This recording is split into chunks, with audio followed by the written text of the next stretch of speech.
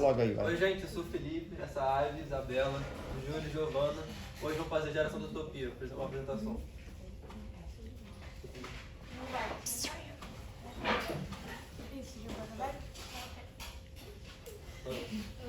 Então, tem vários personagens nesse livro, né? Óbvio. Que são Vitor, Anibal, Malongo, Sara e Elias. E todos eles são estudantes angolanos em Portugal. Elias é um bispo. Alguns personagens desse livro são mais politizados e mais da luta da juventude, enquanto tem alguns que são mais a ignorar a questão pública e só querem saber de jogar futebol. Óbvio, né? O que é o caso de Malongo, que é um jogador de futebol que também está morando nessa casa de estudantes lá em Lisboa. O Anibal não quis se beneficiar da posição dele, mesmo muitos dos combatentes ficarem ganhando os salários do governo. Depois da independência, ele recusou tudo e foi morar num lugar bem isolado. Acho que uma ilha em que só ele e algumas outras pessoas moravam. Nessa ilha, eles eram pobres, mas não ligavam para tal coisas. Descrição do livro. A Geração da Utopia fala sobre esse desencontro das causas utópicas desses jovens. Ele é um romance que se ambienta nas guerras de independência de Angola no período de independência, guerrilhas. Os personagens principais são adolescentes que estão sempre preocupados com a situação política naquela época.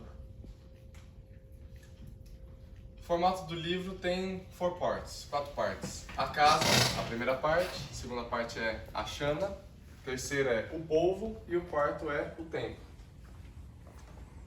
A primeira parte, a casa, é de 1961.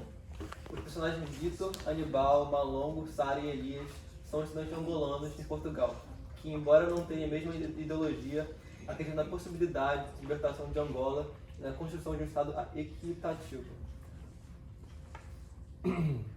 E continuando a primeira parte, né, a casa, é sobre uma casa de estudantes em Lisboa, em que moram essas pessoas que estão preocupadas com a situação da Angola, porque está tendo voltas e reviravoltas políticas lá e tem pessoal que é racista contra os brancos.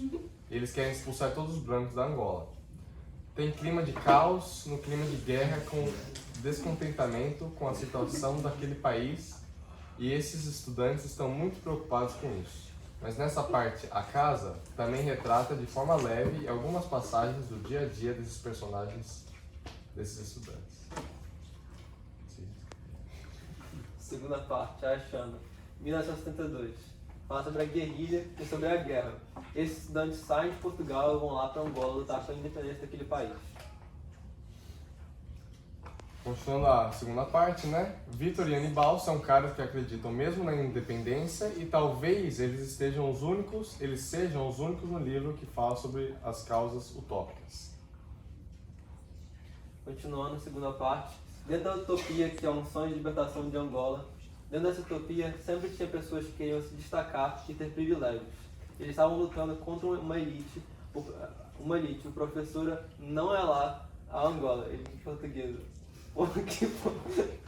Não é lá a Angola, eles portugueses, que é uma colonialista, e só que ao mesmo tempo, e eles também têm os seus privilégios, têm os seus ganhos.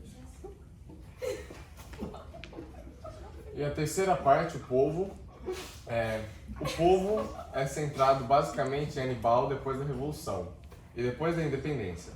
Essa história ocorreu em abril de 1982, depois que Angola já era independente.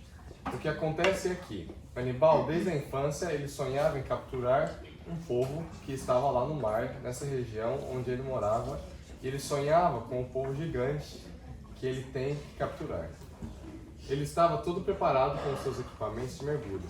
Quando ele chega na caverna e o povo acaba sendo a cozinha mais pequena e não o povo que ele sempre sonhou, isso é um simbolismo e também tem um diálogo com a história da evolução da utopia.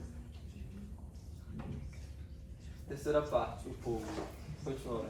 Ele achou que ia conquistar a grande liberdade, a grande independência do povo angolano. Mas ele percebeu que havia agora com a nova elite formada pelos próprios principais que lutaram na guerrilha. E começando a quarta parte, o templo, vislumbra-se a abertura do Estado angolano para a economia de mercado e o estabelecimento da cultura local. Representados pela parodia da função de uma igreja, a Igreja da Esperança e da Alegria de Dominus do Bispo Elias. O agora Bispo Elias vale-se dos discursos de identidade nacional, mesclando ao religioso para conquistar a confiança e a fé do povo. A nova fé é atrelada a uma estratégia mercadológica de lucro. Procura-se agradar os fiéis e oferecer-lhes o que buscam, e assim conseguir mais adeptos e mais dinheiro. Quarta parte, o templo, 1991, continuando. O templo, ele fala de uma ideia que um dos personagens principais, Elias, teve que fazer um templo de sincretismo religioso para atrair pessoas de uma espécie de teologia própria angolana, prosperidade angolana. No livro, ele pensava na luta comunista pela liberdade, porém o templo é protestante e um grande consumidor, um grande leitor. E no final do livro, ele encontrou Elias numa boate com mulheres fazendo striptease, né, tomando um mentão. Peraí, aquele é isso que é crente, então eles vão falar com ele.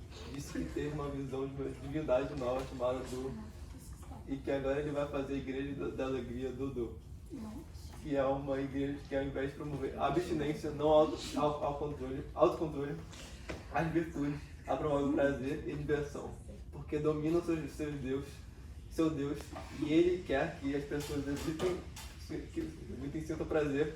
Olha a igreja desse jeito, só que aí esquece de dizer uma coisa importante. Basicamente, Elias, ele acreditava... Basicamente, Elias, ele era uma pessoa comunista, e aí ele tinha esse papel de bispo, só que aí no final do livro você vê que ele virou uma pessoa totalmente diferente, contrário do que ele era, porque ele virou uma pessoa que agrada as outras pessoas, não o que ele acreditava. É isso. Ok. Não precisa. Esse não. Quer? Já tem agora, né? É isso. É isso? Obrigado. Valeu. I want to be very clear with you. I did not